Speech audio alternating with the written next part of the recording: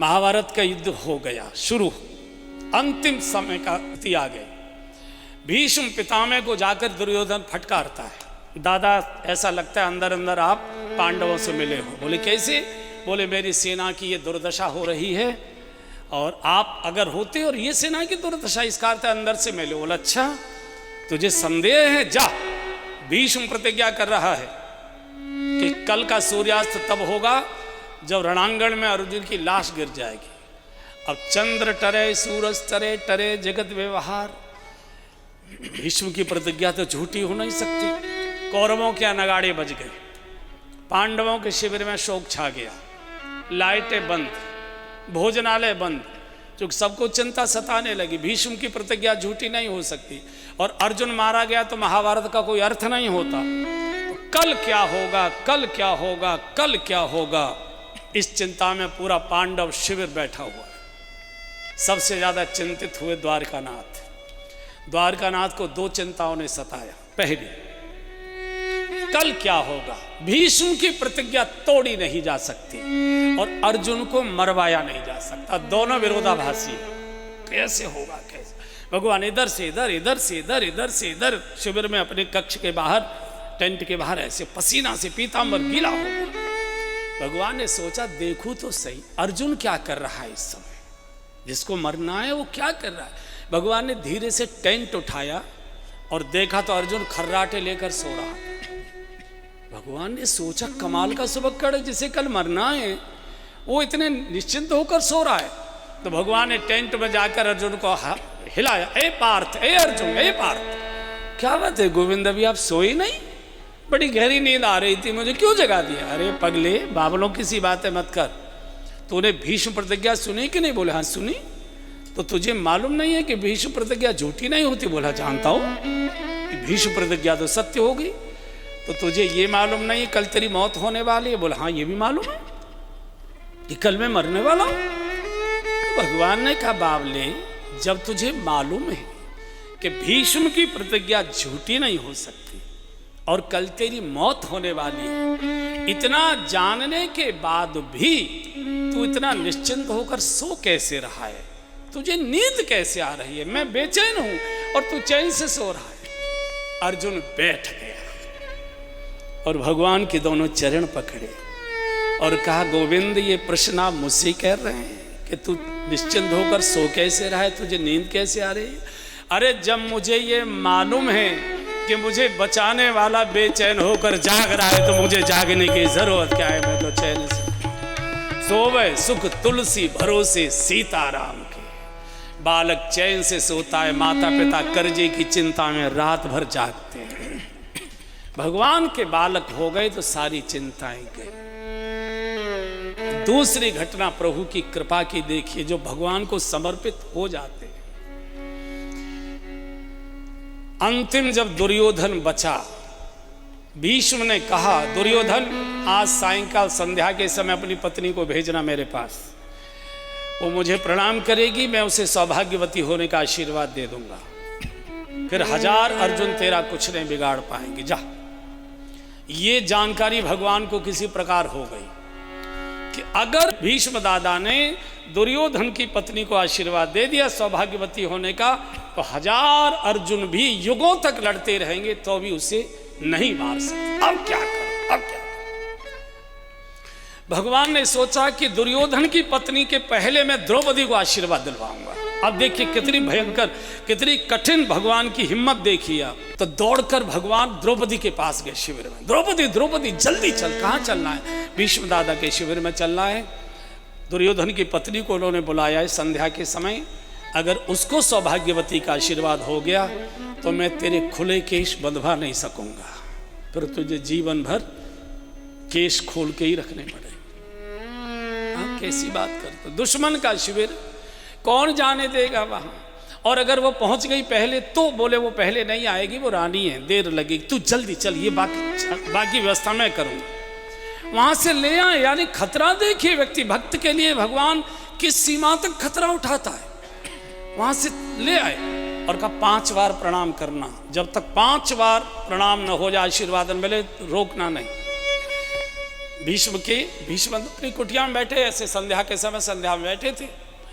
द्रौपदी चप्पल उतार गई बाहर, अंदर प्रवेश कर गए। भगवान ने सोचा इसी बीच में कोई कौरव कुल का आ गया और द्रौपदी की चप्पल पहचान में आ गई तो बवंडर हो जाएगा।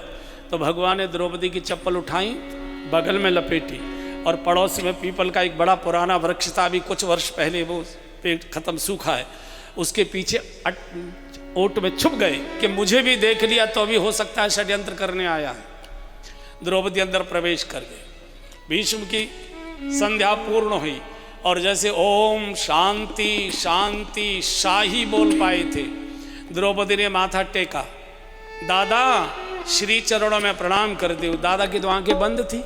दादा ने सोचा कि दुर्योधन की पत्नी आई होगी, हाथ उठाकर आशीर्वाद दे दिया, बेटी सौभाग्यवती रहो।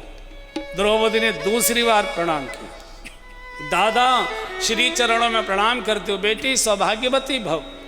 तीसरी बार प्रणाम किया, दादा श्री चरणों में प्रणाम, अरे बोल तो दिया बेटी सौभाग्यवती रहो। चौथी बार प्रणाम किया, दादा श्री चरण, अरे भाई सौभाग्यवती भव बोल तो दिया। पांचवी बार इसने कहा, दादा श्री चरणों में प्रणाम। भीष्म केवल सौभाग्य बोल पाए थे, केवल सौभा, बस इतना ही बोल पाए थे। भीष्म का माथा ठनका, दुर्योधन की पत्नी तो इतनी अहंकारिणी है कि वो एक बार भी मुश्किल से करेगी, ये 5 बार प्रणाम करने वाला कौन आ गया? हो न हो ये पांचाली हो सकती है। अभी नेत्र बंद हैं दादा के।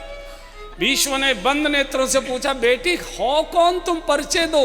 माथा टेक कर धरती पर कहा, दादा आपकी कुलवधू द्रौपदी आपके चरणों में प्रणाम कर रहे। भीष्म बैठे थे, बैठे बैठे धरती पर गिर पड़े, धरती पर सिर पटकने लगे। द्रौपदी तूने क्या कर डाला, क्या कर डाला? तूने महाभारत का निर्णय तो हो गया इस कुटिया के अंदर, कल से तो केवल नाटक दिखाया जाएगा झूठा, निर्णय तो हो गया जो होना था। तू ये बता आई कैसे यहां तक? बोले भगवान द्वारिका नाथ लेकर आए। कौन? कृष्ण। कहाँ है? बोले बाहर। और भीष्म दौड़कर कृष्ण कृष्ण पुकारते बाहर। भगवान 2 काम करते, अंत समय में कल भीष्म को मरना भी है तो दर्शन दे दिया और पांडवों को सुरक्षित कर दिया। तो भीष्म बाहर की ओर दौड़े तो भगवान पेड़ के आट में छुपे थे, प्रभु को प्रकट होना पड़ा। और जैसे ही भीष्म दादा ने भगवान के श्री चरणों में साष्टांग प्रणाम किया और भगवान ने भीष्म दादा को उठाने के लिए अपने दोनों हाथ आगे बढ़ाकर कंधा पकड़ा, तो जो द्रौपदी की चप्पल बगल में लगी हुई थी भीष्म के सिर पर जाकर गिरी। और जैसे ही सिर पर चप्पल गिरी, भीष्म ने उठाई, देखी द्रौपदी से, ओहो, सिर पर उन चप्पलों को रखकर भीष्म इतना रोए। ऐसा भी कोई भगवान हो सकता है कि भक्त की चप्पलें लिए घूम रहा है? ऐसा कोई हो सकता है? कितनी घटनाएं सुनाएं, कितनी घटनाएं सुनाएं। जब सब खत्म हो गए कौरव, दुर्योधन बचा, भगवान कैसे भक्त की शरणागत की कैसे रक्षा करते? जो उनकी शरण में आ गया, कराऊं सदा तिनकी रखवारी। तो गांधारी ने कहा, दुर्योधन कल तुम स्नान करके प्रातःकाल मेरे पास आ। देखो अधर्म को बचाने के लिए कितने लोग ताकत लगा रहे, धर्म के लिए केवल कृष्ण अकेला खड़ा हुआ है, केवल कृष्ण खड़ा है, वो भी अकेला निहत्ता, वो भी शस्त्र नहीं उठाएगा, शस्त्र नहीं उठाएगा। तो गांधारी ने जब कहा, चूंकि उनकी आंखों में बहुत शक्ति थी, तो और मेरे सामने स्नान करके नग्न आकर खड़े होना तो मैं पट्टी खोलकर तुमको वज्र जैसा कर दूंगी, फिर तुम अवध्य हो जाओगे। अधर्म को जीवित करने के लिए धर्मात्मा लगे, देखिए ये धर्म का उपहास है। भगवान समझ गए कि अगर एक बार दुर्योधन पहुंच गया और देख लिया तो दुर्योधन तो नहीं मरेगा और ये कांटा हमेशा रहेगा। अब भगवान क्या करे भक्त, और मैं बोल चुका हूं कि मैं तुम्हारी सबकी रक्षा करूंगा, सब मेरे आश्रित है। भगवान ने नारद जी का आह्वान किया, नारद इस समय तुम्हारी आवश्यकता है, क्या करूं? बोले इस समय दुर्योधन जाएगा नग्न होकर, तुम उसको थोड़ा उपहास ऐसा करना कि वो कुछ न कुछ पट्टी बांध ले, लंगोटी वगैरह पहन ले। तो ये स्नान करके चला। नारद जी पहुंच गए, आंगन में ही आया था कमरे से निकलकर, ऐसा लेफ्ट राइट करते आ रहा था पूरा। इतने में नारद जी नारायण नारायण नारायण, तो जैसे ही नारद जी को देखा ऐसे छुप कर बैठ गया, ऐसे बैठ गया, शर्म के मारे चुगनंगा था, इतना लंबा चौड़ा आदमी ऐसे। तो नारद जी हंस पड़े। नारद जी ने कहा पगले, मैं तो साधु हूँ, साधु के सामने तो कैसे भी रह सकती है। जब तुम बूढ़े साधु के सामने शर्मा रहे हो नग्न होने में, तुमको शर्म नहीं आती? तुम जवान लड़के माँ के सामने, वो तो स्त्री है, तुम नंगे जाओगे, तुमको लज्जा नहीं आती, शर्म नहीं आती? आ तो रही है। दुर्योधन बोला आ तो रही है, क्या करूं, क्या करूं मैं? नारद जी ने कहा कि ऐसा कर, कुछ ढक ले, लंगोटी बांध ले। और यही जीवन का हम सबका सत्य है। हम कुछ उघाड़ देते हैं और कुछ ढक लेते हैं।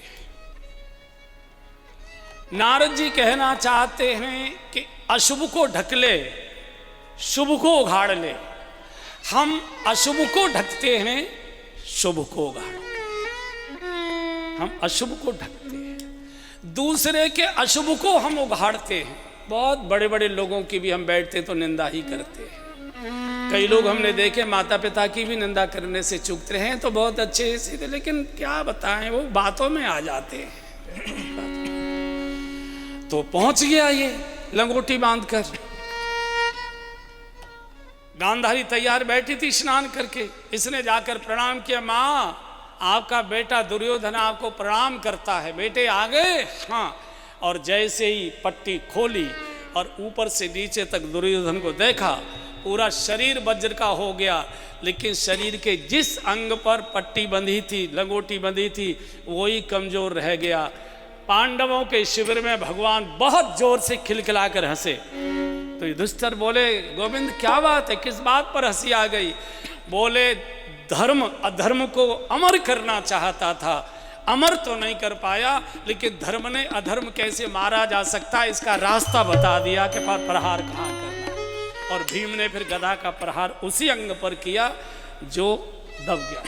तो ये भगवान है बंधु, भगवान के एक बार समर्पित हो गए, ये मान लिया कि प्रभु आप मेरे हो और मैं आपका हूं। जिस समय युद्ध की घोषणा हो गई तो दुर्योधन और अर्जुन दोनों भगवान से सहायता मांगने गए। तो दुर्योधन थोड़ा पहले पहुंच गया। भगवान सो रहे थे या सोने का नाटक कर रहे थे, पीताम्बर ओढ़े सो रहे थे।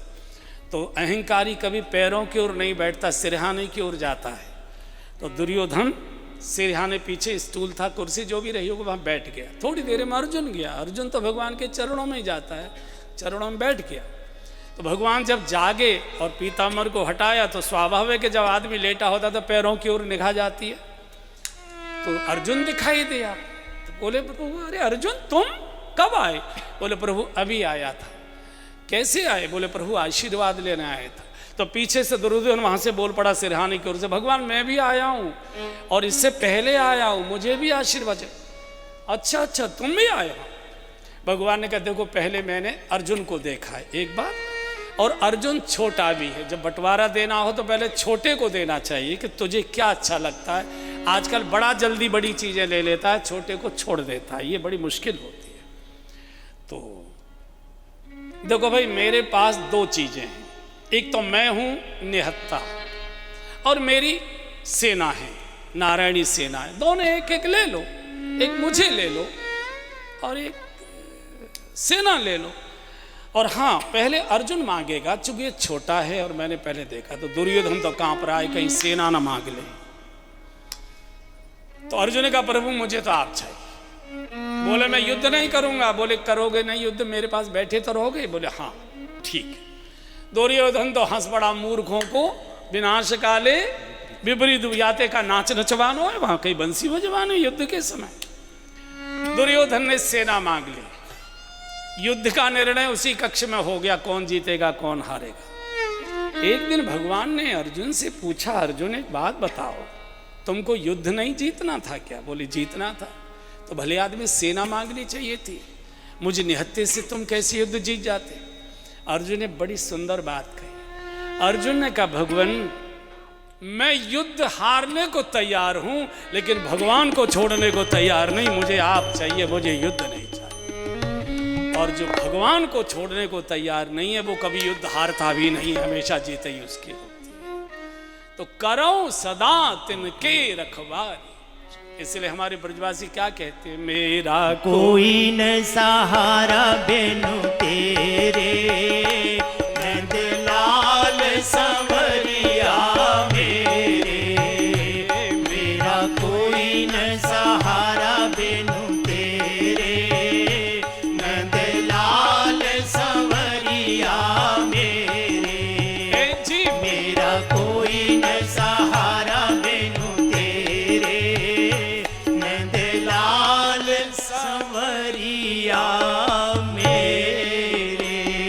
येन केन प्रकारेण प्रभु मेरे हैं, मैं प्रभु का हूँ। सोते जागते उठते बैठते केवल इतना झूठे को बोलते भी रहोगे, आपको कुछ दिन में बाएं दाएं ऐसी अनुभूति होने लगेगी, मेरे साथ कोई दिव्य छाया है, आपको अनुभव होगा। तो भगवान तो भक्त के आंसुओं से प्रकट होते हैं।